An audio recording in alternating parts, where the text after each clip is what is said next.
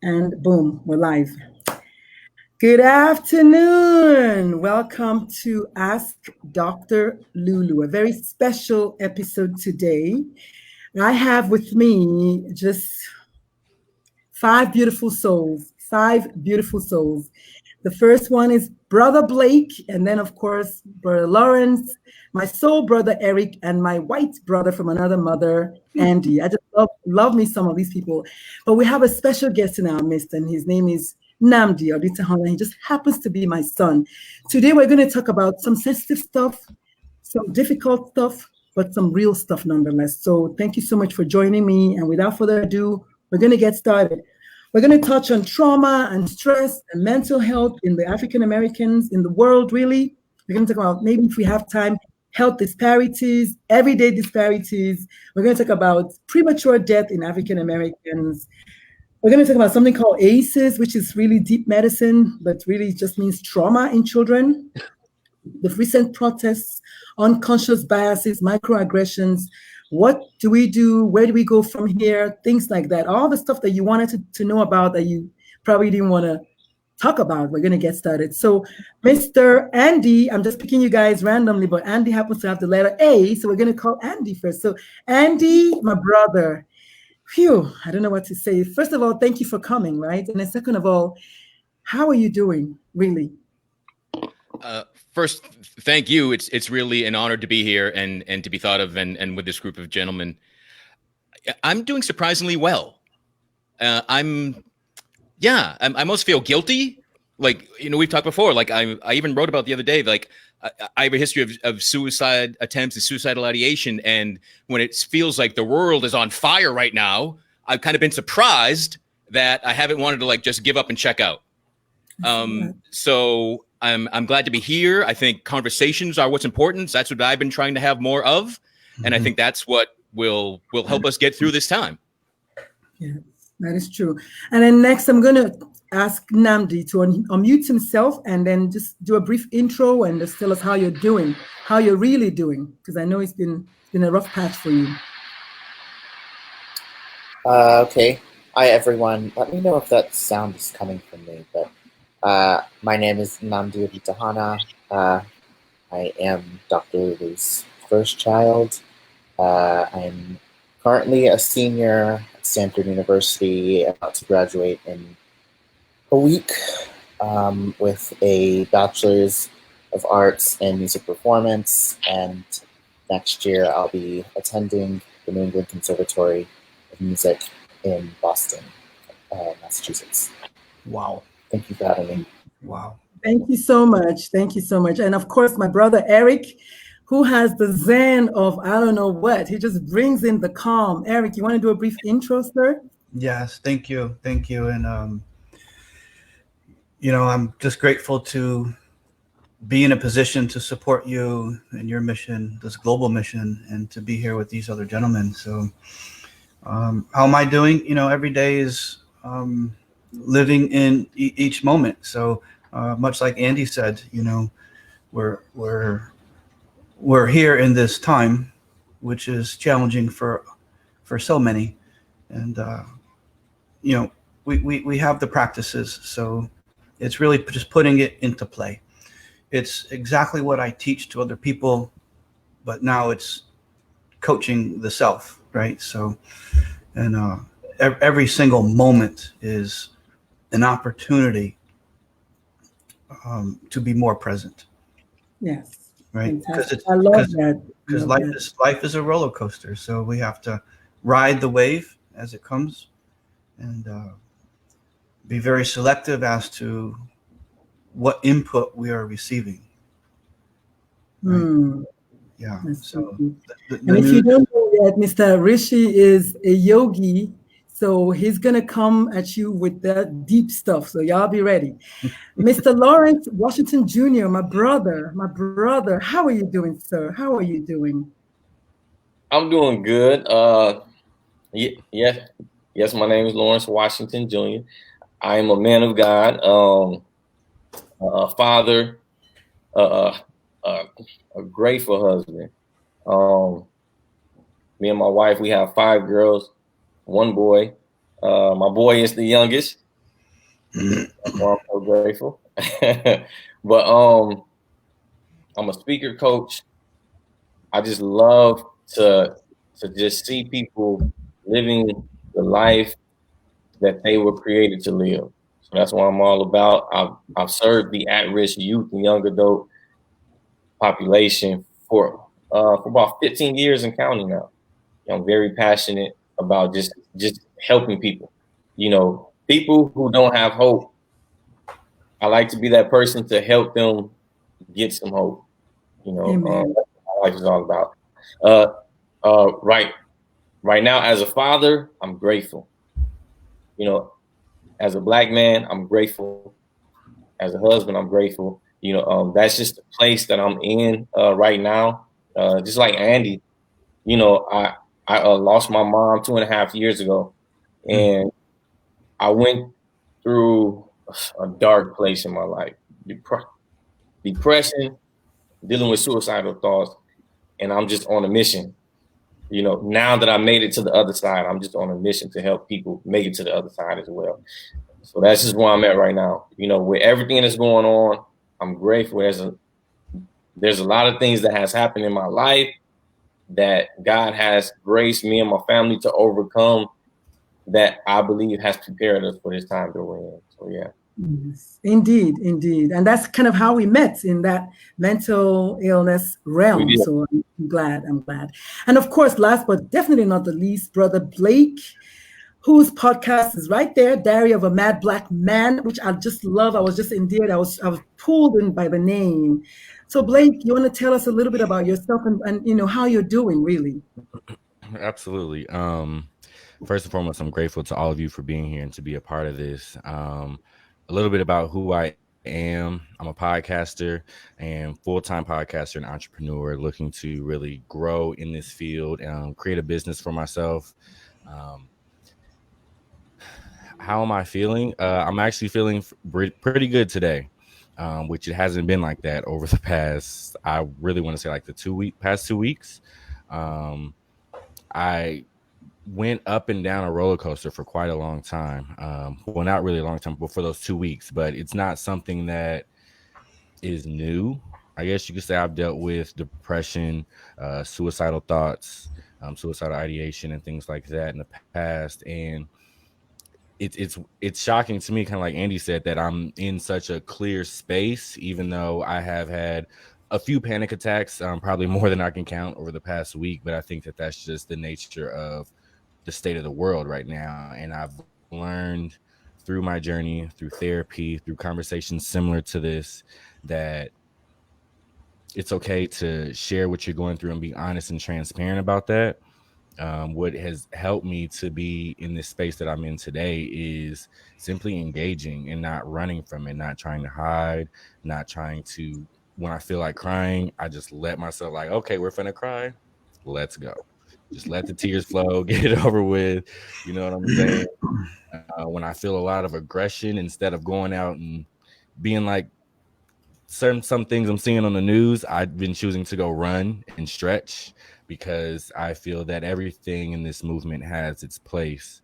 But overall, I'm very blessed and fortunate to, similar to what some of the guys here said, to be on the other side of my struggles and to have the clarity to communicate that and share that with people. And the more I do this, the more I grow as a podcaster, as an entrepreneur, and create this new lifestyle for myself. I think it's going to really allow me to position myself to be of influence and help other people, because that's ultimately what this is about. At this stage of life, it's not about me anymore. It's about leaving something here on this earth so that way other people can navigate their life in a better way. It brings a quote to mind. I can't remember exactly how it is, but it says, if you leave your story or share your story, that could eventually become somebody's survival guide. That's right. And so that's why I'm very thankful to be here today, to be having a healthy, positive, and honest conversation about where we are. Yeah, fantastic. Thank you so much. And so that's us in a nutshell. Power 6. So I'm going to start with my son, Namdi, partially because he's the youngest and it's important that I go to him first, but also because the last few days, heaven knows, I've been asking him, I said, son, please, I need you to come on this thing. I need you to come on this thing. So, Namdi, do you want to share with us how the events in the last several weeks, including your own personal event with the police in the neighborhood here where we live, how has that affected you, and maybe even your brothers in the last several weeks? How have you been able to navigate that? What have you done to help you stay sane? Other people have talked about teaching self. That's what Eric said. Gratitude was all over the place. Roller coaster. Two people said that. Zen face is important. And then, of course, okay to share your stories. So we're going to let you go first, Namdi. How are you doing? How are you able to stay above water, so to say? Well, it's been especially weird for me and other people my age who are in college before this, because we were all kind of expecting our year to end a specific way and expecting us to experience graduation a specific way.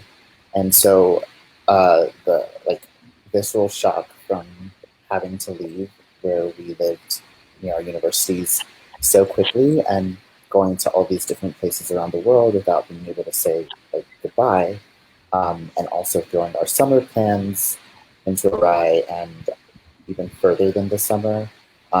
It started out very traumatic, I guess.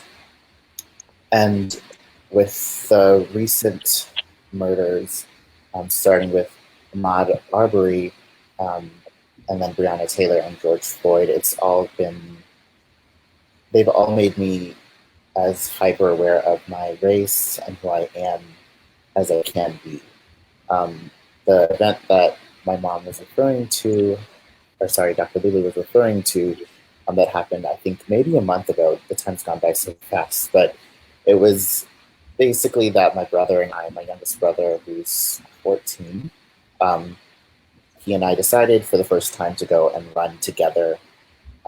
And we were running outside in our neighborhood as we usually do, and it was probably almost 9. So it was getting dark, and on our way back, I realized a really bright light kind of farther in the distance down a long road. But it wasn't a car that I was familiar with, / it was moving very slowly. So I wasn't really sure what was going on, but I just kept, my brother was in front of me, and I kept us running in the direction towards our house. And then eventually the car came up to us still with really bright lights, and we saw that it was some kind of police, I don't know, police or whatever you want to call it.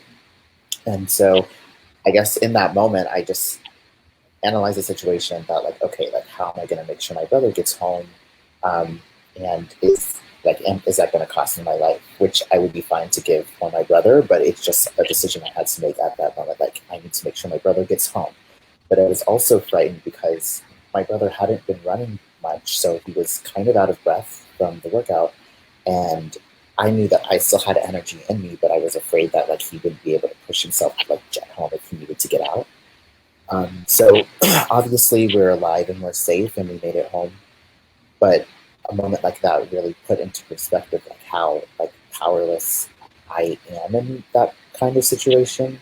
I was already aware of it, of course, but it was underscored by the fact that I'd have to try and protect my brother, and I wasn't sure if I'd be able to, which is a very scary thing as the oldest sibling to not be able to protect your younger siblings. So that event really did scar me a little, especially in the face of Ahmaud Arbery's murder. And so what I've been doing to stay sane, especially since the protests that started, I think, March 22nd or March 25th, I've been trying to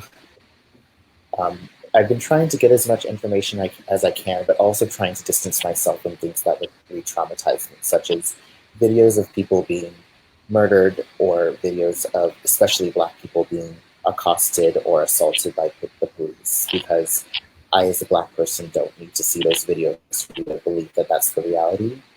Of course, I want all other Black people to be well, but I know that seeing those videos will not do anything positive for my mental state.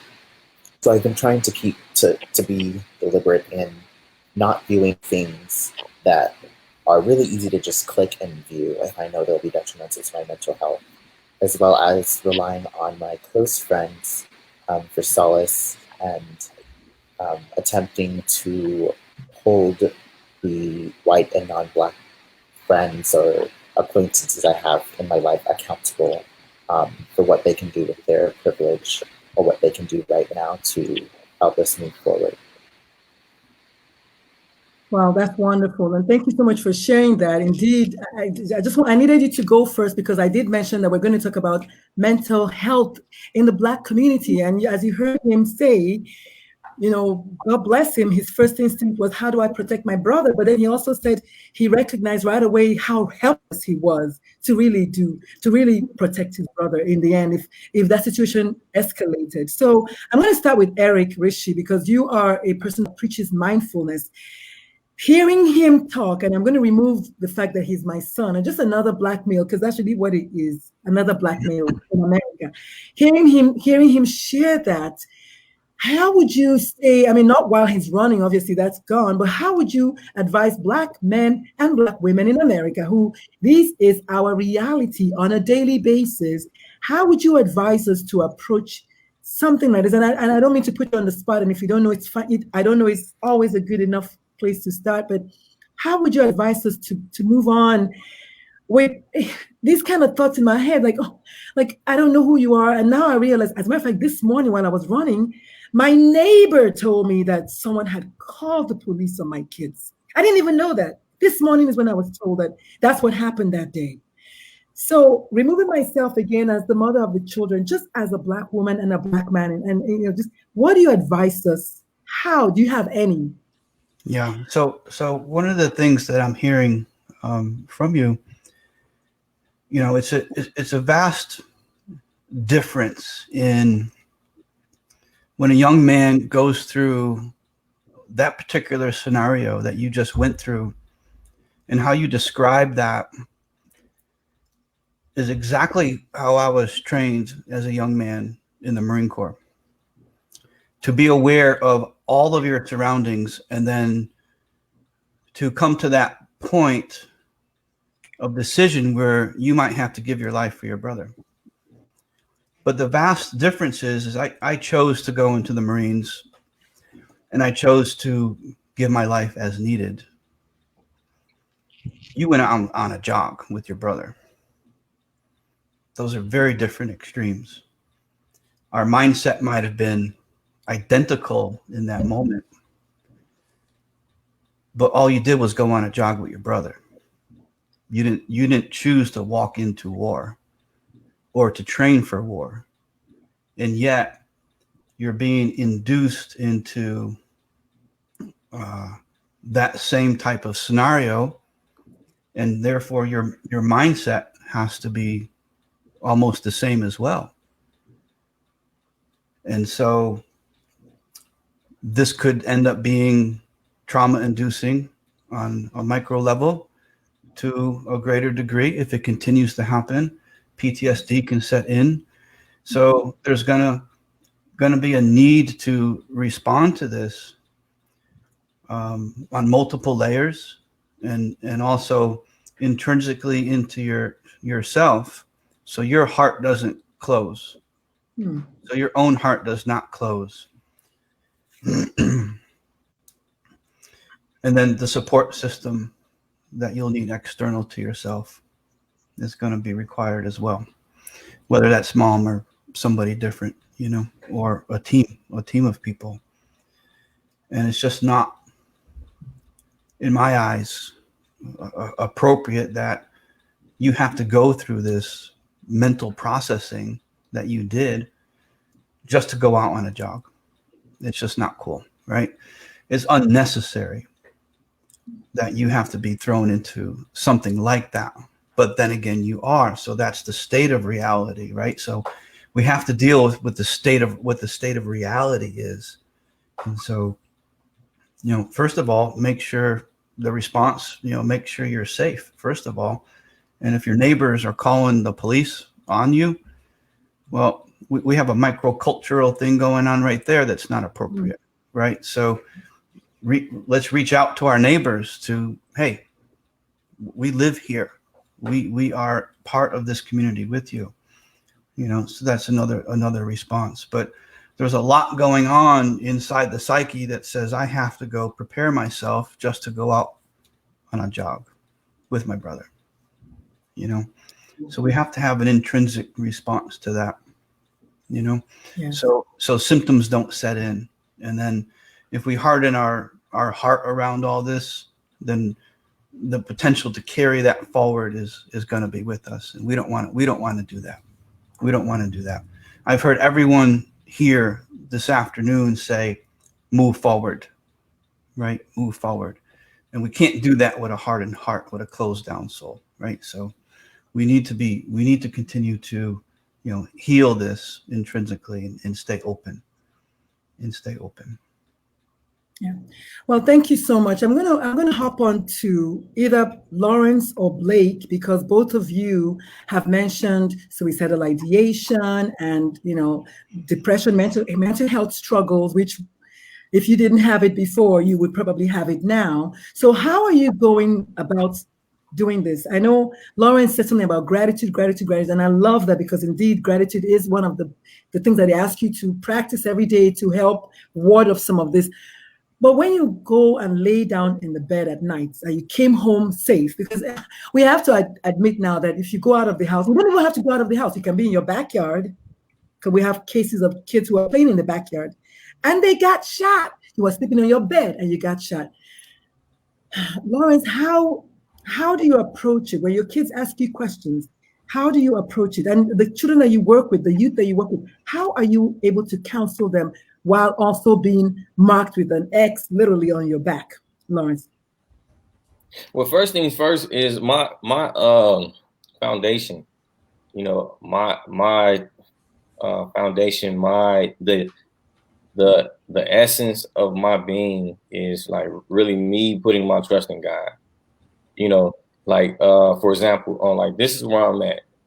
When I was raised by both my parents, south side of Chicago and Flint, Michigan, my mindset towards my parents was I had total trust that my parents was going to take care of us. Like, I would do what I did, but I knew that because my parents were praying for me, that I was going to be okay. Fast forward, I gave my life to Christ, and that same mindset has now been towards God. So that is like my total foundation. Like, I cannot do anything without just acknowledging that, I'm only here because God has been protecting me and my family this far. So I operate from that space. Now, when it comes with dealing with my natural emotions, I'm a human being. I'm proud to be a human being. I'm proud to be a man of faith as well. So by this time in my life, I've just learned to embrace my faith in God and to embrace me being a human being, as far as the thoughts and the emotions that come with the situations that we're living in right now, as far as me being a father, who are raising 6 children, 5 girls and 1 boy. And I have these thoughts of wondering, man, how do I teach my children? I'm still learning. I still don't really know exactly what to say to them, but I'm okay with that, because like Eric just said, I believe that the key thing to dealing with any crisis is first acknowledging the reality of it. So I know and I acknowledge my reality. I know that we are living in a country where racism exists. I know that we are living in a country where love exists as well. So I'm willing to embrace it all, to not just embrace it, but to acknowledge it. Just face the reality that I know that sometimes I do lay down at night and I do have worries.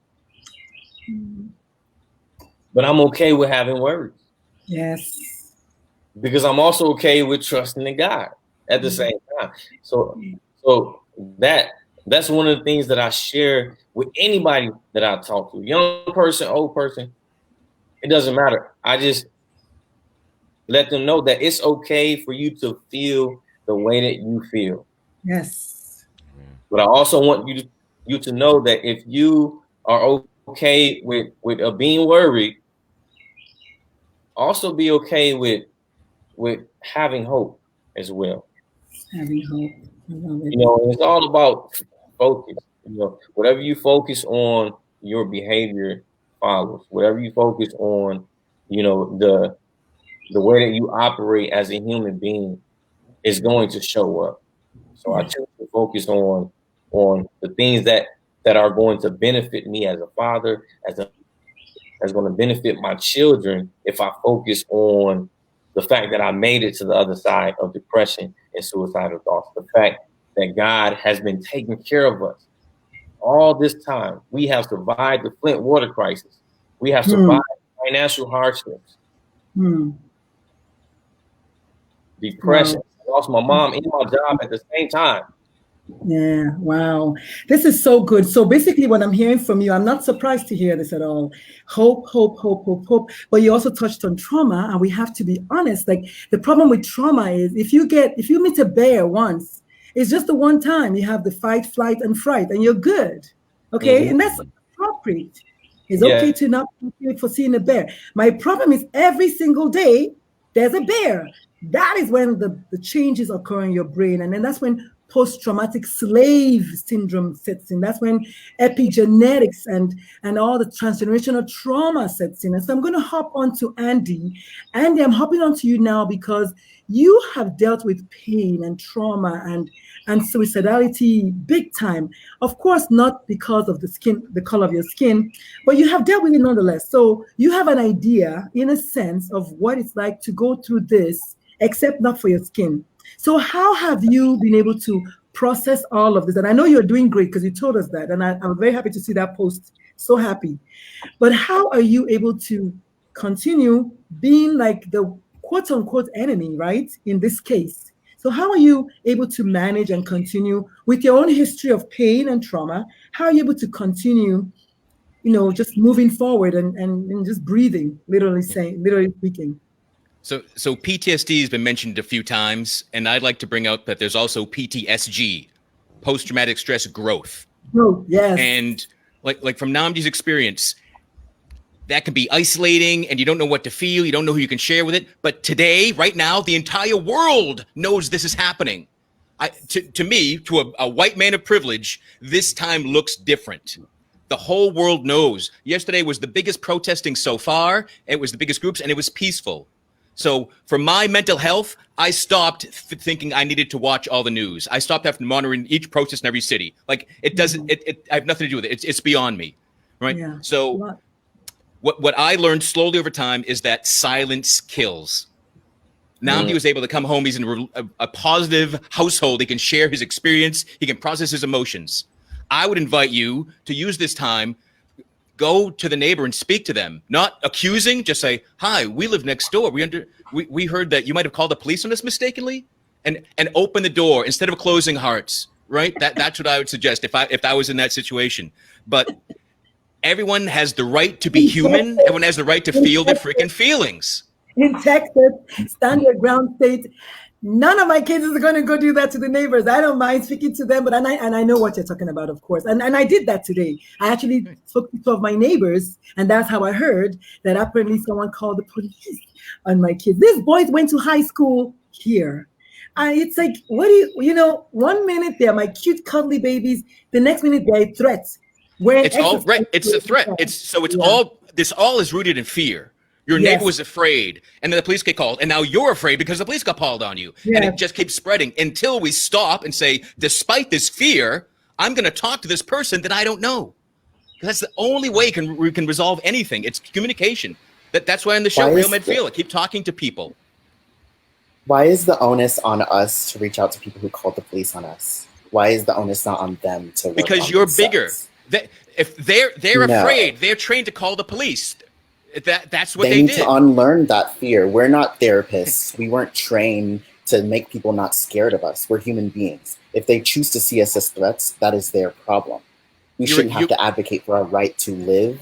Everybody They has been should learn to fix this dehumanized. problem. I'm not saying No, argue. not It's everybody. introduce yourself. It's Not just everybody. show someone Only that you're one- human. They only don't two see you people. as human. Okay, that's not our problem. I'm the only person here recently that has been seen as not human, not the neighbors that called the police on me. So they were not dehumanized. I was. They need to work on not dehumanizing me. And that's You're not going to my work out-hate to help anybody. them do. You I'm can't not. Who am I out-hate anybody. hating? Who am If I you're not willing hating, to talk sir? to someone, I'm Why do I need to do the talking? They need to come to us and apologize for what they did. I do not need to go to them. They've already shown that they aren't willing to do the work and they're willing to call the police. I did nothing in this situation. So it's not my job to further go and risk my life and stand your ground state to talk to someone who may not be interested in hearing. You need to understand your white privilege is making it seem like everybody has the ability to go and talk to everyone. That is not the case in America. It really isn't. That's not the case anywhere, actually. And so you need to understand that what you're trying to tell me is something that's clouded by your own privilege. You have the privilege to think everybody is willing and receptive to learn and grow, and that everybody has the ability to go and talk to whoever they want and educate about racism. These white people here have shown it by the fact that I've lived here, my family's lived here for over 5 years. They've seen my face. They know that they know that I've gone to high school here. They know my brothers have gone to high school. They know one of my brothers is going to high school currently here. And they chose, instead of just minding their business, to call the police. That is their problem, not mine. I'm not hating anyone, but I'm also not going to put myself in danger again by going on their doorstep so they can call the police again. Yeah. It's just insensitive to hear that from you right now. I would like to say and it's completely understandable. Like it's a fresh wound. It's a very fresh wound. It's completely understandable. Heaven knows I've cried so much for the fear of the unknown. And that brings us to Blake. Blake, I want you to say something about the fact that you said yourself that you've had to hold yourself down, like literally tie yourself to the chair to not go out and do what your mind is asking you to do. So with all due respect to everyone else present, listening, because this is exactly why I'm doing this. The whole idea was to see if we can find common ground. We have to keep on talking. I'm a talker. So we'll have to keep on talking. My son is not a big talker, but if he believes in something, he will talk until he's blue in the face, as you can see. So, but Blake, tell us how you have been able to, because it's a similar experience, you and Nnamdi, Papa. How have you been able to, and of course you're older than Papa, for goodness sake, you're much older than him. So I can understand how hard it is for you to stay still. Still, you're able to do it. So how can you, go ahead. Yeah. So for myself, it's actually, let me just tell you that's the story. So it was Saturday night here in Atlanta, and it was, I believe, one of the first nights that they implemented the curfew. And a part of this was the first night I had, I think, like 3 panic attacks that night. And one of them was me laying in bed. Like literally, I was at my friend's mom's house. I'm laying in bed, like crying. And I feel like my body was like running a marathon. Like that's the level of energy that I felt pulsating through my body, because I was so angry and so enraged, because this is not something that's new to me. This is something I have lived and experienced almost my entire life. I've been pulled over by cops. I've been harassed by cops. I've had cops do things for me. I felt the effects of racism and white supremacy, which is ultimately what the world is finally starting to see. However, I'm also not a violent person. I mean, if I'm pushed to that place, I mean, I think everybody in a human reaction would be that, but I know that that's not how I want to respond. That's not how I want to engage in the world. That's not how I want to present myself. So it's been a very difficult balance to find, which is to understand that I understand why people are rioting and looting and inciting violence, and why we see that side of the world, because that has been a part of my reality. So that's somewhat familiar. But what has been difficult for me, as I said, was restraining myself and controlling that rage and controlling the anger. Because I also know that not all white people are bad. Just like I know that there are some Black people that are not for the movement. Oh boy. Well. You know what I'm saying? Oh boy. Just being honest. And so, again, these are just all thoughts that I'm having, all things that I'm processing, because at the end of the day, and I speak for myself, this movement, the liberation of minds, is one of the reasons why I became an educator very early. At 19 years old, I decided that I'm going to be a teacher and I'm going to help young kids learn and be able to read and write better, so that way they are better equipped when they are adults to become activists and leaders in their own community, because they have the skills to do so. So working and being a part of this movement is not something that's new. And so, but what I'm also seeing right now is I'm seeing the lack of unity in what it is that we want. We know everybody is pissed off and angry. There's a lot of people that are feeling a lot of emotions and tension right now. But what are we going to do about it? I'm the kind of person, I'm about action. So what is it that we're going to do? And so another thing that I'm dealing with is, what can I do? You know what I'm saying? When I look at the reality of my life and the resources that I have available, there's only so much that I can do. And so that's been another struggle for me, to not go out here and just do whatever I want or whatever thoughts come to mind, because I do feel helpless at times and like there's no hope. And at the same time, I'm engaged in conversations like this. I had a talk with Andy one-on-one about a week ago. I've been just really there was one time I put a video on Facebook, and I don't even think I washed my face or anything like that, but it was just me putting myself out there and continuously expressing how I'm feeling and expressing things that I want to see. Like I made a post earlier today that said all cops should have body cameras that they cannot turn on and off. And then there should be a separate national authority committee, something that monitors that video footage. And so again, it's a balance that I'm having to find between being creative, being a leader, being reasonable, being intelligent, speaking with poise. And at the same time, it's like this other side of me is like, at this point, I'm tired, I'm frustrated. This is generations of trauma. I think that's something a lot of people are missing. Yes, George Floyd, Breonna Taylor, Ahmaud Arbery were the most recent hashtags and deaths that unfortunately occurred, but there's a list of people that have died, and then didn't think about the people who didn't make it to be a hashtag. We didn't even who did not get videoed. You see, that's the thing, and I'm glad you went there. Yes, we didn't even know the people who the non-Judge Floyd is what I call them, that we didn't catch on tape. And hey, you know what? In Igbo land, whenever you wake up is your morning. So now is the morning of the world to see what we've been seeing for ages. And I didn't mean to cut you off, but that's a great point. Good. Yes, I mean that we didn't even see. That's exactly it. So for myself, it's like I'm also, another part of my frustration and how I'm dealing with this is trying to find my role in this movement at this point, because I'm not a teacher anymore. There's a couple podcast episodes anybody wants to go and find out about that and why I left teaching, but I'm struggling with, where is my role in this movement? How am I using my life and my skill set and what it is that I know I can do to help push this movement forward? And so where I'm at right now is just doing things like this, doing what I can with the resources that I have. And that's been somewhat of a challenge, but the more I do it, the more I engage with it, the better it becomes and the easier it becomes. Fantastic. I'm so excited that we're doing this. I mean, I'm looking at, they have 36 comments. I don't even know if I can go through all the comments. So this is generating a lot of buzz. I just want you guys to know that, by the way. So kudos to y'all. This is wonderful. I'm so glad we're doing it and everyone is being honest. So I'm going to hop on to Namdi Papa. I'm so weird calling him Namdi Papa, my son, and ask him, because when the home stretch now, what, if anything, do you think we should, and please, everyone, just know that this is not written on stone. These are all personal opinions. But what do you think we should do, Namdi, beginning with you? And then we're going to go around, Namdi, Eric, and everyone. So tell me, what do you think we should do from your own standpoint, besides having dialogues like this, which I'm so happy that we're having. But what else do you think we should do? Namdi, I'm going to go with you first, sir. Could you elaborate more on the question by what do you think we should do? So because I know when we've been having our own conversations, just the two of us, you've had so many great ideas. And if you don't know, if you listen to me, my son literally coached me for my TV interview 2 days ago. Like I mean, I had the basic information, but he coached me onto like the right things to say. I know you have a lot of that now, so don't be shy. Police defunding, I mean, yeah, to all the stuff you were telling me about last night, all the things you were passionate about. So, and if I wasn't clear, I just mean, what do you think?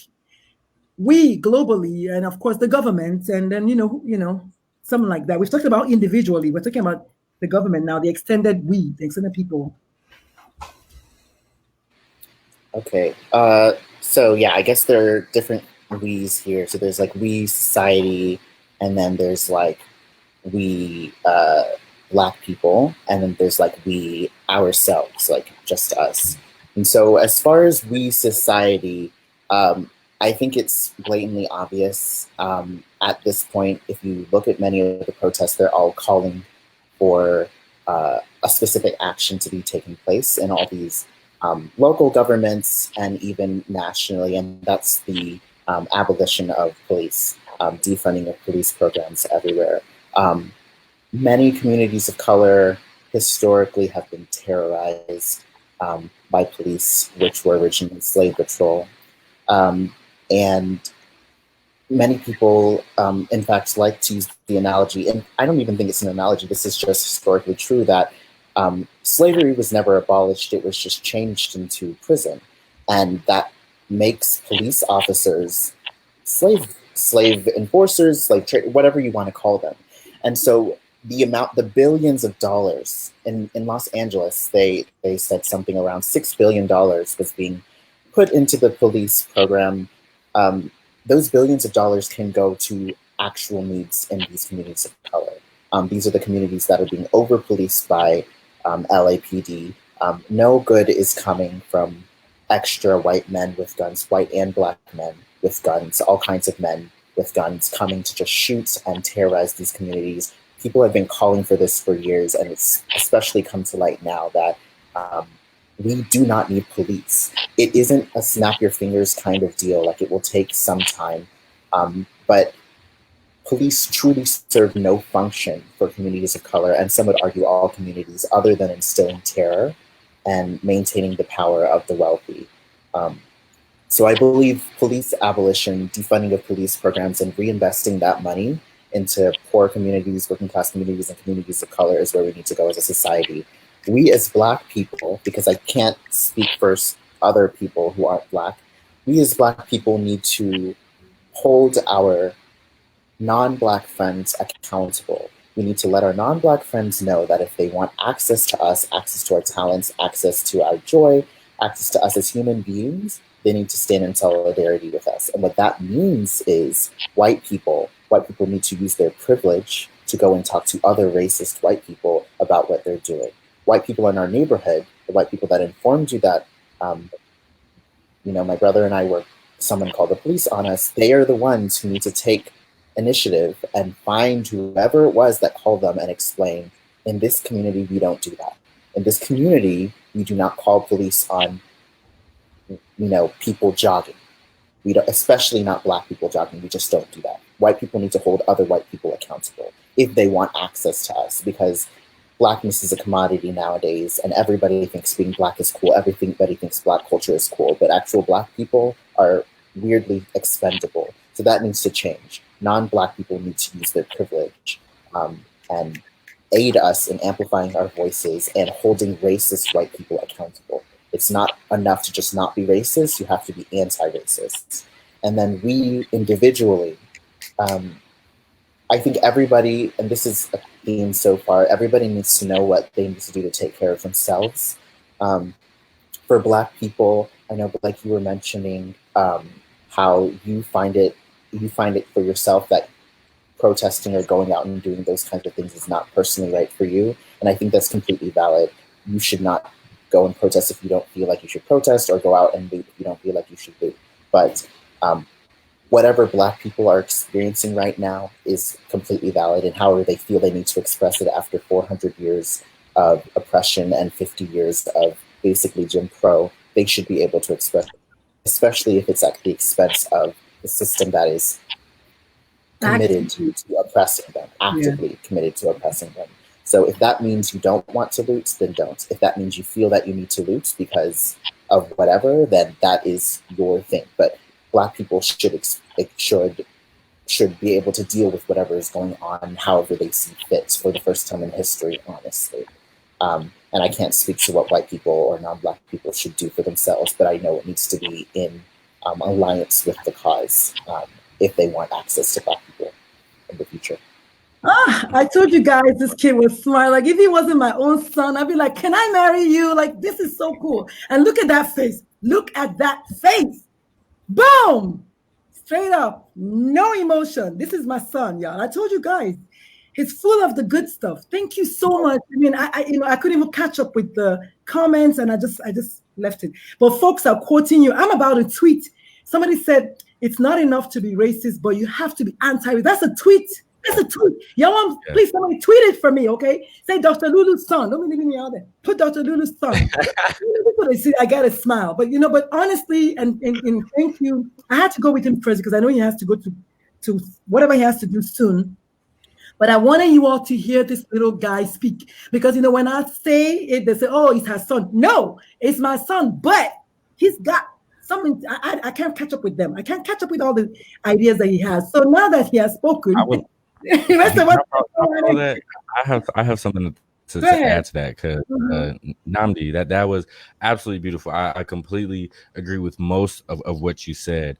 However, for myself, I'm doing two things. Really three. First thing I want to say is the defunding of police. I feel that police are necessary, but not in the form and function that we currently see them. So I think we need to completely scrap the structure of policing and rebuild it from the ground up. Meaning that the way that we hire, train, even the different type of weapons that the police carry, like I think all of that needs to be restructured because for me, I see the way society is. There is the need in some places to pick up the phone and call somebody for help because, and I'll say this, as a child who has witnessed domestic violence in my house, at one point in time, I wanted to be a police officer because they were like the saviors that would come when my own home was not safe. And at the same time, as an adult, I now realize that the way that they're policing these communities is not working. So again, like you said, $6 billion. Yeah, let's cut half of that and invest it into the proper education, the proper resources, the proper resources. So that way the police aren't necessarily needing to be called as much. Something else that I think we need to do as a society is be more honest and be more transparent. I find that in a lot of spaces specifically in news media, like you guys are showing, there's a video circulating online of somebody being murdered, but we're still censoring profanity on TV. And so I think that a lot of times I speak for myself when I say this, when I'm spending time trying to filter what it is I'm saying, a lot of times it doesn't get the proper message out. At the same time, I know that there's certain ways to say certain things and certain ways in certain spaces how to engage, but as a society as a whole, we need to become more honest, and we need to be honest. Like if, for example, white people, if you know there's some racist people in your family, you need to call them out and let them know what it is, and let people know that these are racist. This is why I am this way. This is why I was raised, why I believe this way, because there's racist people in my family. So I definitely agree with you there. Something else and again, I'm speaking to myself, but I feel that everyone, specifically Black people, is we need to be. I am in the process of learning this system that I am a part of.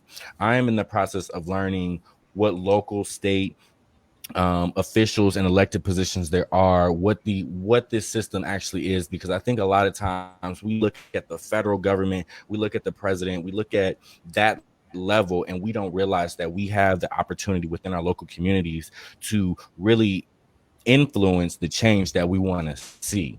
You know what I'm saying? I'm looking like right now, I'm researching, trying to find the up and coming municipality, the new city, the new area that is going to completely defund or take 75% of the police budget and put it into the education system with proper strategies, programs, and procedures behind it that we're going to see benefits. Because what I'm also knowing is that in this life, that this is going to be a lifelong journey.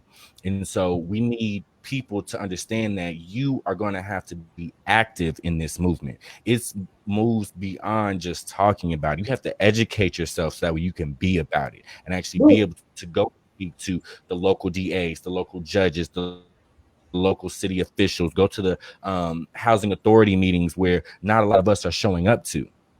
You know what I'm saying?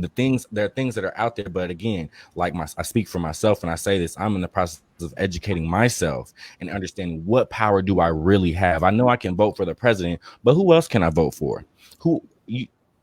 And I even was riding around the other day and saw that the sheriff. How can I run for office? You know, what can I run for? What position can I run for? What community can I become involved in? What, how can I become, and maybe not necessarily be a congressman, but work for and rub shoulders with people of congressmen so I could be that voice at the table. So I think everything that you said, Nambi, is valid. But I just wanted to add that as well, because I think it's beautiful that to be at your age, at such a young mind, to have that kind of insight already. You see your mom trying to big up you right now, because that's what we need. That's also something that's going to be required, is people are going to have to be educated and aware of what is actually happening and the truth and the real history of what it is we're facing. This isn't, and again, I'm not taking any validity or value away from the most 3 recent deaths that we've seen, but this is not new. And we have to now be organized and strategic, and like Killer Mike said, plotting and planning on what we're going to do next and how we're going to actually do something and take action to make sure this does not happen anymore.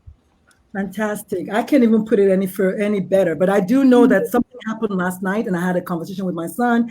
We were talking about the DC police that changed the streets, and I'm not going to let him speak again because I know he will, but that changed the street name, and I was actually happy. And then they put, I think not the police, the DC mayor, and then they put the street, a Black Lives Matter street, and then unbeknownst to me, it was like a facade. And then they went to the back and we're doing other things. I'm like, oh my God, like we don't know what we're doing.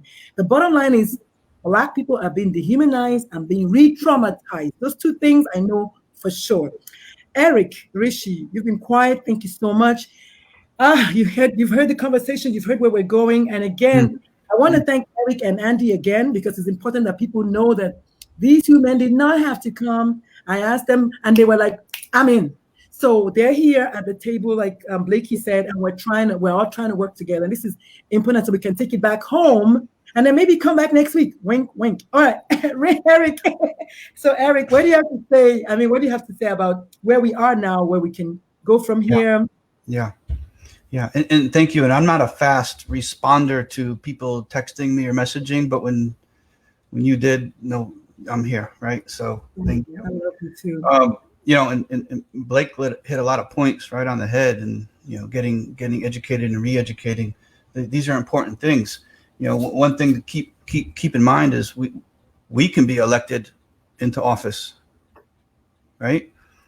Our country elected a Black man into office as president, have we not? So let's not forget that we can create and be anything we want to create and be.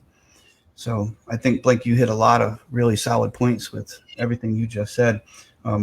One comment on the police. I have a lot of police as friends, and they are Black men, they are Black women, they are Asian men and Asian women, and people who have parents who are not even from the United States, and then their children are born here.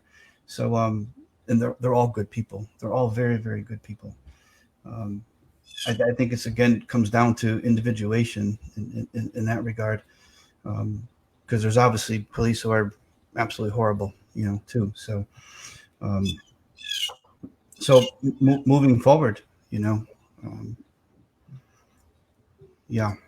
we're gonna close down this space, then we're gonna be in trouble, So we need to go into our practices. We need to go into what Lawrence was saying earlier and stay in our faith. We need to stay in our faith. And fantastic. So, and I definitely agree with you that, I mean, the change has to come from within. I think at this point, the reason why Black young people, white young people, Asian young people, Indian young people, I saw them protesting is because they're done. North Korea, Canada, Nigeria, Liberia, they're all protesting. They've all seen that this is not good. I'm a little bit concerned that number 45 is not, it's like not aware. And I know he's a figurehead, I know that, but still, I'm saying maybe as the leader of the free world, if you maybe say something, can you just say something rather than making up stories? Oh my God. All right, I'm just going to I don't think there's anything that man can say that is going to help the situation at we this are currently in. point. Oh, there you go. And my son agrees with you. There's So nothing there you you can go. say that's going to help the situation. I truly believe that. I'm sorry, I don't mean to cut you off. I think that this is a generational thing. I think people like me, I'm 30, and I know Nambi, you're younger than me. We kind of grew up in a very special era of society, and so we have kind of seen what our parents and grandparents went through. And I speak for myself. I don't know if you feel like this. I'm not about to go through what they went through. I'm not about to spend 30 years on a job dealing with racist people, making little sly comments and doing little stuff in meetings that are pissing me off and got me going home stressing out my family. Okay, so I know that. And I speak for myself, and I think I speak for a lot of millennials and the people that are in my age bracket, that it is time to stop. It is time to, if we have to burn this building down, then that's what we're going to do, because clearly us being nice and trying to talk and have peaceful protests isn't working. And so I think that as we move into positions of leadership and positions to influence change, we will start to be able to structure things so that way the following generation coming up after us won't have to fight as hard and won't have to see and live through as much trauma as we are currently going through, still just like our parents and our grandparents. But I'm gonna be honest, and again, I speak for myself, I'm a different breed. And that's not to say that anything that my parents or grandparents, or as the term says, ancestors did wasn't right, because without their actions, we would not be in the position that we are. But I speak for myself, and I think this may relate to a lot of people my age, is that I want to follow suit in that, so that way I could be sure that my life enables the next generation to come and continue this movement and make it somewhat easier and better, and kind of, like I said, be the survival guide for the next generation. Yeah. Exactly. And in fact, somebody just mentioned in the comments, Maria Asogwa mentioned, she's my patient's mom, mentioned to empower kids and do not be afraid to aspire for leadership positions in high places, go into the police and be the reform that the police is needing. This is all typed, this is all typed when it comes to practicality. We're at 64 comments, y'all. This is gathering a lot of buzz. So well done. Congratulations. Mr. Andy, I'm going to hop on to you. So as far as you've kind of been listening to us and been hearing, and I know this is kind of, and I love you because you've been very open from the get-go that, hate cannot conquer hate. We know that. Love is the only thing that can. But that aside, we're talking about small children playing in their backyard getting killed. We're talking about a woman sleeping in her bedroom getting killed. So I'm sure you can understand a little bit why some folks are tired of being tired. So where do you think about society now? We're talking about society now. What do you think society can do to move us along as white America, as privileged America that you are? So a couple points. Yes, sir. Things that you've always known, that Black Americans have always known, is becoming more apparent to white America. If you're a Black male, every crime is a capital offense. Mm-hmm. Right? And that's news to most of white America. So eyes are being opened. We've talked about the defunding of police. If you had told me 2 weeks ago that a city as big as Los Angeles was considering defunding the police, I would have thought that's impossible. That's not a thing, but it's happening. So the peaceful protests are working. It's not just a Black issue anymore. It's a human issue. It's an American issue. So that's great. And one thing, I invite everybody to watch a documentary on Netflix called 13th. And it's what Nambi talked about. It's about the 13th Amendment, how slavery was abolished unless you're a criminal. So slavery became prison, and more Black men were put into prison so there could be slave labor, be under control. So it's I've watched it twice. I get the new things out of it. So that's something I invite everybody to watch. But it takes dialogue. It takes a willingness. And I think more people, more white friends are willing to say and recognize they've been a place of privilege. 6 months ago, these people thought it was nonsense. A month ago. Yeah, well, I'm talking about the people I know. I'm sure each day somebody's waking up that, wow, I guess I'm starting to see it. So people are dumb. White people are dumb. And some people are against privilege and notion because they think somehow if you have all the rights that I have, that somehow I lose some. So that's one of the fears, right? We are humans. It's human rights. And this country was built on the dehumanization of people. That's where the systemic racism comes from. So it's going to take a while. There's not a quick fix, but I do see the changes moving. There's more. I have more hope and faith that I might see a day where everyone actually does have the same rights, where I really didn't think I was. But that's what it is. It's a societal issue. It's a human issue. Once we see each other together, once we allow ourselves to rehumanize everybody that we meet, and even people you don't meet, because that's the thing. If I don't know you well, it's easy to quickly judge you, right? We've all got to be aware of our judgments, of our snap decisions. But it comes from being open and having conversations like this. And again, I thank you for inviting me, and I applaud everybody that's here and watching and commenting too. Yes, sir. Lots of comments. I didn't realize that if you're on StreamYard, the comments come and then they go. So I can't even go back and they just come and then they go. So, I mean, it is what it is.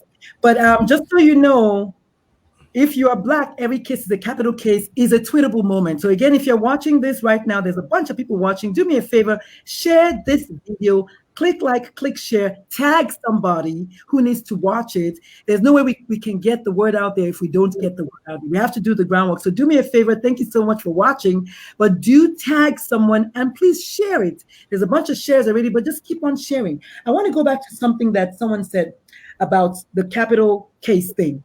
Do you know that there was a story about a little guy, a young man that ran a light, and he was chased home by the police? This happened recently. And when he got to his grandmother's house, his grandmother came out of the house pleading for the police to please leave my son alone. And he got a felony for running the light. Do you see the amount of trauma? Like, I don't even know and I think I'm gangster, but I don't think if I can even handle that amount of pressure. That poor woman collapsed. I mean, I'm just saying, and we all know the stories. You just have to look them up. I'm not making it up. But just so if you're watching me and you've been living under a rock and you don't know that these things happen, this is a policeman. These are people using their power the wrong way. So I am 110% for defunding. Once my son said it to me yesterday, I went and looked it up. I was like, what is this? I'm like, oh my God.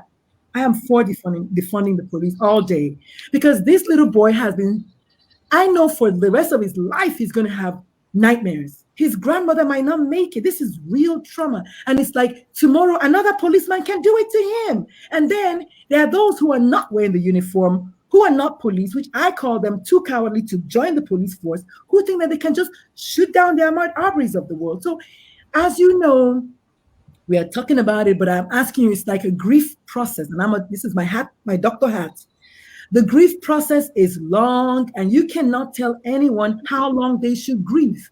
And I've heard people say, oh, please, slavery is over. Oh, please, that's from way back. Well, it's not. It's not. It's re-injuring. We've never been allowed as a people any time to actually recover from the past hurts and then new hurts. As a matter of fact, there's a study that showed that in any city in the US where there has been police brutality on unarmed Black people, look this up, the Black people in that city have had sustained for about up to 3 months mental health issues, i.e. anxiety, PTSD. I want you to just take that, just let that sit in with you for a minute. So you see that this is not a joke. It is real. It's a clear and constant danger. Is that what they say? Present and constant danger, whatever, to us every single day. We could finish this show now, and my neighbors can decide that they want to shoot me. It happens. And they're not going to get to court. It's going to take forever to get charged and all this nonsense. This is re-traumatization. So many things. So, Brother Lawrence, you're going to close it up for us because we're over 3, and I promised my son it was going to be an hour. Okay. Can you just kind of just wrap it up for us? And I'm going to do, because I think we should all do this, I'm going to do 5 minutes only of guided meditation because I think we need it. Or maybe I'll let Rishi do it for us because he's the meditation guy. I think everyone has been watching. Honestly, we need something to close. This has been a charged moment. Oh my God, thank you all so much. Thank you, Papa, and I call him Papa. So, Papa, thank you so much for coming. Lawrence, Andy, Rishi, Blake, thank you all so much for coming. But Lawrence, close the. I don't even know what I'm saying. Just take it away. Yeah, well, first, let me just say thank you, Doctor, once again for just allowing me to be here, to engage in this powerful, impactful conversation. Thank you, Namdi, man. Thank you for your insight, man. You are remarkable. My goodness. And Andy, thank you so much, just for being transparent. Yes. I think what we saw earlier between Andy and Namdi is real. I think that's real, and I think that's something that's actually going to push us forward. Yes. With having those type of conversations with the white man to be that honest enough to just share his solutions, whether it's right or wrong, but he was honest enough to share his solutions so that now we were able to hear the heart of Namdi, who not only represented himself, but he represented a whole lot of black men who feel the same way. And this is something that we did not have years ago. We didn't have conversations like this. Mm-hmm. We were not in a position to be heard. Let me just start off also by saying this. When I say that I am a man of faith, I know a lot of people they automatically think, from my experience, they think that when you say that you're a man of faith and you're all about hope, it's like you come from a place of just a la la land. No. This is a real place, but I'm all about action. And the main word that keeps coming to me during this time lately has been accountability. This generation that we're living in now, just like Blake was saying, I feel like we don't need a change. We need transformation. Mm-hmm. We need our minds as a nation to transform into the buck stops here. Yep. We've gone through what we've gone through. Our ancestors have gone through what they've gone through. But guess what? As a nation, we're saying as a nation that it stops here. Yes. At this generation. And I believe, because I'm a man who is so super passionate about purpose, I believe that we were born at such a time like this to solve Earth's problems. Amen. Racism is a problem. So I believe that everybody on this live was born to solve this problem, and not just the president. I believe that the solutions are trapped on the inside of each and every person. I also believe that when it comes to accountability, all of our actions should be surrounded around accountability, whether we form different social groups to hold our leaders accountable, whether we form different programs within the community, getting involved into the community, as long as whatever we do, it has to hold our leaders, it has to hold each other accountable for treating each other equally. I think that more white people who are against racism, I do agree with you, Namdi, should hold each other accountable.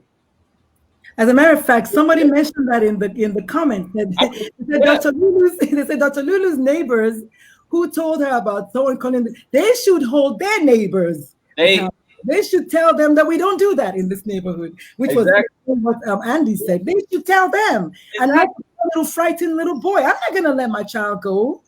No. That's the mindset that we have to have. It's all about accountability. Like, for example, I think about the Bible when it talks about Apostle Paul. He held Peter accountable when Peter was acting prejudice towards the Gentiles. He called him out. He confronted him. And God even confronted Peter as well with the same issue. Like, there's nothing new up under the sun. I believe that accountability will break the cycle of what we are experiencing today. Amen. I just posted the other day how with me just being honest with myself and from engaging in different conversations, I'm noticing how I've dealt with racism a lot of times in my life. And the fact that I'm just not like really becoming present to how much I've dealt with it, it lets me know how I've been programmed to just tolerate it for so long. Oh wow, that's But- deep. That's But deep. that's the mindset that we need in this generation. We need a mindset that is transformed into saying that the buck stops here. Coming from a place of love, Eric. Coming from a place of just being open and honest. And for Black people, not to be okay, and not to let anybody make you feel like it's not okay for you not to be okay. It's okay for you to feel the way that you feel. That's one of the things that I had to. When I lost my mother, that was the one that helped carry me through, Blake. Was that God told me that it's okay for you not to be okay. It's okay for you to be angry, for you to be upset. I was angry, upset, confused, and I was okay with it. My wife was okay with it. She allowed me that space and that time to process what is going on. Yes. A lot of times we see people going through and we are so quick to try to give them a solution. No, because I work with at-risk youth, I'm not always quick to give anybody a solution or tell them what they should do. I am a person, I am a coach. I like to help people and guide them into discovering the answer for themselves. I believe that whatever it is that you are supposed to do individually, the answer is trapped on the inside of you. You just have to discover it and take full accountability and hold yourself accountable to saying that I was born at such a time like this. So therefore, whatever actions that I need to do, I must do it. Whatever solutions that I think of that's going to bring me peace, follow peace. Follow peace. So whatever decisions that come to your mind, if it's peace connected to that, go with it. We'll go with it. Thank you so much, Lawrence. I was going to actually, what you said kind of went back, reminded me of what Namdi, my son, said earlier, much earlier, about how if he had to be with saving his brother. Oh my God, I didn't want to cry, but that got me. That got me. He said if he means his life for his brother, that got me. And so that's what we want people to do, whether you're Black or white, to see that if it means laying your life for somebody. You know, I was asking people, I said, why do you think all these protests are happening across the globe in spite of a pandemic? Yes. Ask yourself that question, because sometimes you have to see that the mission is bigger than you, and that's what's going to keep you going. My brother said, he was telling me about starting my business, that if your dream doesn't scare you, it's not big enough. He said, go with the dream that's big enough. Go with the United Nations dream. Go and start. And this is what this young President Obama said. He said he was so impressed to see the young people at the march. Like they were like, we're tired of being tired. And white, black, blue, yellow, all of them were the tear gas us. We cannot finish all of us. And so if there's any message that we need to take home from this, is the fact that my son said he will lay down his life for his brother. This was unscripted. This was like, I didn't even know what as at last night, he had not sent me his picture, y'all. I had to breastfeed this boy over again for him to give me his picture to agree to come. Like, this was like, for me, my life's work is done, getting him on this show today. I want you guys to hear me when I say, don't let this be in vain. The past hour we've come here, opened up our hearts. Don't let it be in vain. If you're watching me, lay down the swords already. Stretch out the hand of peace, but be okay with me not wanting your hand yet. Be okay with that, and then keep going. You know, the Bible people say 77 times 7. So twice is not enough. 7 is not enough. Keep going, because it's going to take a whole lot of all of y'all believing that this is real. And I was on a Facebook group, and I did a post, and I said, I want you guys to look at my face. I said, look at my face. I'm the face of a mother who wants her kids to come home every day. This is who she is. This is what she looks like. And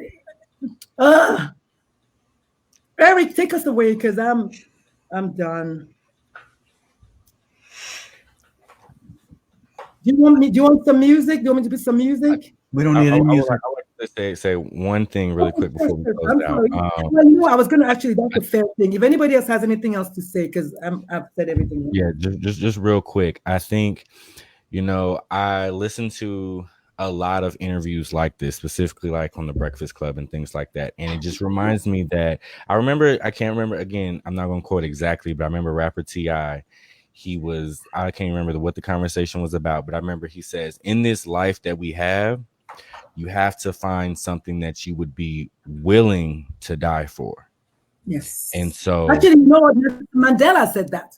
Mm-hmm. And I think he might, you know, he has a very, very knowledgeable and intelligent man. Yeah. And I think that what I want to say is that we have to be in this with that mindset. When I went out to protest the other day in Atlanta, I left my house knowing that I may not come back. Yeah. I went and stood in this crowd of people knowing that at any given moment, my life could be over, because I'm out here standing for a movement. And I put into my mind, that's one of the reasons why I intentionally went on protest that day, because I said, if this is how I'm going to die, I'm okay with that. I'm willing to go through that, because I'm dying for something that is going to be bigger and better of myself. So I really, really thank you for saying that. Like, I'm fighting tears myself. So again, thank you all very much. I'm crying. Thank you so much. I know we need to come back. I just know it. I don't know when, but this was so good. This was cathartic for me, because I've been looking for something to do. And so last week I talked to the moms. This week I was like, I'm going to talk to the men, dads, whatever. And before Eric takes us away, I did want to mention, if you're a man and if you're a dad and you're watching me, I do have an event coming up on the 27th of June. It is called Dr. Lulu's Dear Dad Virtual Summit. You don't have to necessarily be a father, but, you know, I would like you to come. No, it's not free. I'm done with that. Free, move that. But I would like you all to sign up for it. It's going to be epic. And then, of course, born out of this, I had a blog that I posted for the month of June. It was called 15 Commandments of How to Teach Your Child to Be About Racism. And that got me all kinds of interviews. And then someone was like, you know what? This is a good book. So I'm like, you know what? You're right. So guess what? Stay tuned for the book, because I finished it last night. It's ready to go. So stay tuned for my book. It's going to be called How to Teach Your Children About Racism. Something in that realm. Be on the standby. Other than that, I'll see you all next Sunday as usual. Eric, please take us away with a little bit of meditation, and let's, everyone who's watching me, just get ready for a meditation, please. Thank you. So let's do this for us, the 6 of us here today, right now. So let's elevate our spines and open our hearts. Soften your eyes. Take a deep inhale. Let a long, slow exhale out. And let's also have this for your listeners, Dr. Lulu. Let them all participate. Yes. Let's invite them all into our container, the one that you have created for us all. And for the future listeners to come upon this. Allow everyone to continue to breathe a long, slow inhale and a long, slow exhale. And allow that passion to be felt. And allow our hearts and our feelings and our emotions to be felt. And honor this space that we are in right now. And start to come into the body. Coming into our feeling body. And as we breathe, continue to breathe into the heart. And as we breathe, continue to come deeper into the body and start to sense and start to feel Where in our bodies we have an emotion? Where in our bodies we have a sensation?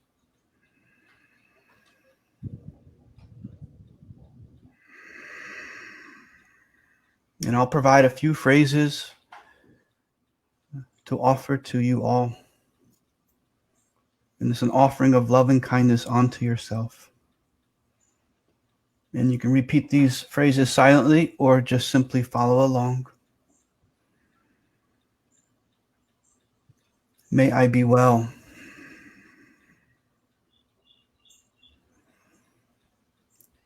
May I be free and safe from suffering. And may I be happy. If it's uncomfortable to wish yourself well, just noticing where there might be some resistance, where there might be some tightness in ourselves, where there might be some gripping still.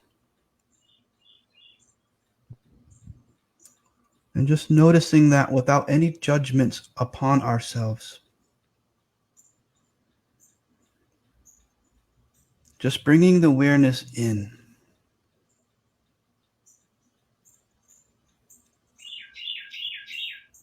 May I be well. May I be free and safe from suffering. May I be happy. And just bring the awareness in again. Is that resistance present? Is it a little bit more open than it was a moment ago?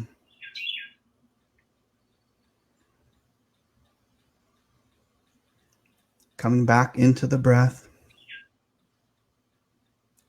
The breath being the anchor point into our inner selves. The anchor point coming into the body to feel and to allow and to know ourselves from this intrinsic place.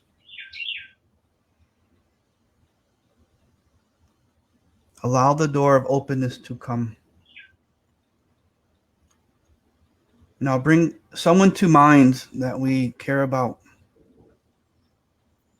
Is it a teacher, a mentor, a family member, a friend, or even a four-legged friend full of fur? Keep them in mind as you use the phrases to wish them well. May you be well. May you be free and safe from suffering. And may you be happy.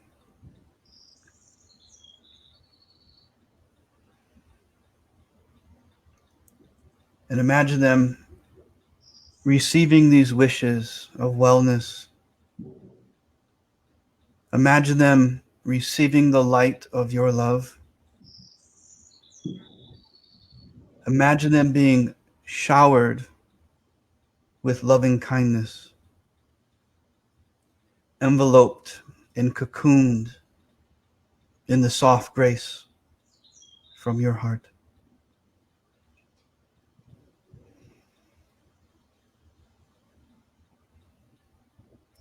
And I'll bring someone into mind who's having a difficult time.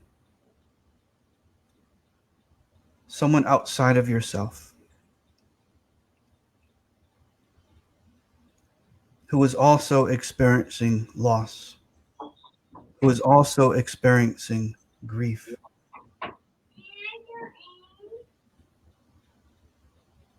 Who is also feeling pain.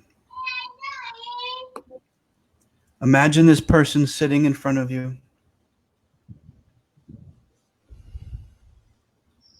and you're wishing them this love and wishing them this light, and repeating, may you be well.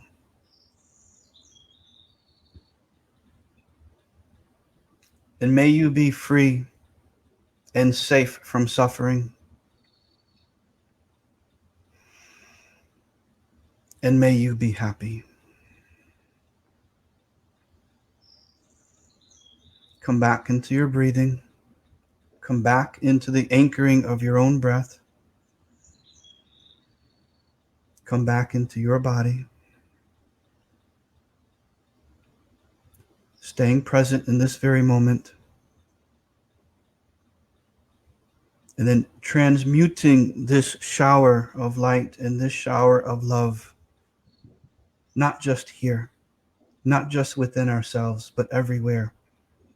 Bring this around the entire globe. Bring this around every single one of us. Thread it through every single one of our humanities. Transmuting all space and time through all generations, past or future. And bringing back the words, may you be well. May you be free and safe from suffering. May you be happy.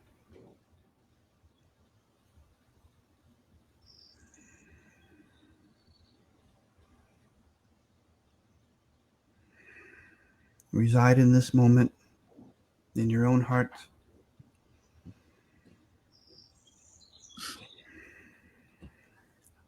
Thank you, Dr. Lulu.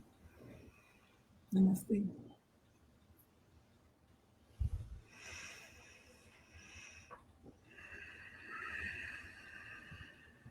And I think it's only fair for me to ask everyone who is here, where can the people find you? And then we'll let you guys go. Wow, y'all knocked out an hour and a half for me. Thank you so much.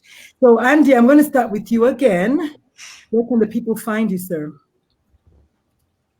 I got to wake up again. All right, let me get here. Sorry. You can check me out. No, so that was great, Eric. Thank you. You can check me out at theandygrant.com, and you can find my podcast, Real Men Feel, on every podcast platform on earth.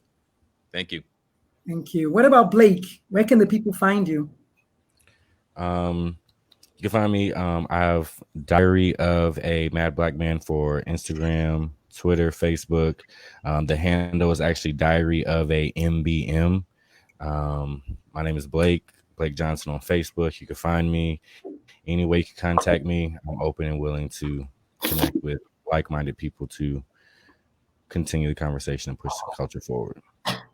What about Eric Rishi? Where can people find you? I'm going alphabetical. Simplest place is my primary website, melaacademy.com, MELA academy.com. Simple. All right. Otherwise, he's Rishi Eric Infanti on Facebook. You can see that right there. Lawrence, where can people find you? People can find me on Facebook, of course, Lawrence Washington Jr. Please follow my business page and like it and follow me. I guarantee you that I aim to empower you. That's my life mission. Instagram as well at I am Mr. Optimistic 1. So on Instagram, and plus me and my wife, we just launched our website, which is, have to pull it up. We just launched do your thing. Say it again. I said, do your thing. Take your time. Yeah. Okay. Our website is IamMrOptimistic.wixsite.com. You can check that out as well. I'm looking to just make an impact in this world. I believe that life is all about purpose, and I believe that if we all would focus on our individual purpose, we wouldn't have most of the issues that we have today. So that's what I'm all about. Yeah, follow me, please.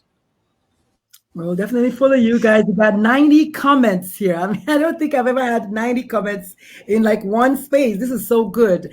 I can't even count the number of views anymore. Somebody did put Your site, Mr. Yeah, somebody already wrote your site for you on the comments. That's good. And then, of course, last but not certainly not least. Sorry, what do you say, Lawrence? Sorry. That's my good friend Marcus. Oh yes, he did. Yeah. And then last but not least, certainly, Nnamdi, where can the people find you? I know you're kind of in transition, but where can the people, if you want to, of course. Unfortunately, all my social media is private, but if you need to reach me, you can just reach out to Dr. Lulu and she'll definitely put me in touch with him. Yes.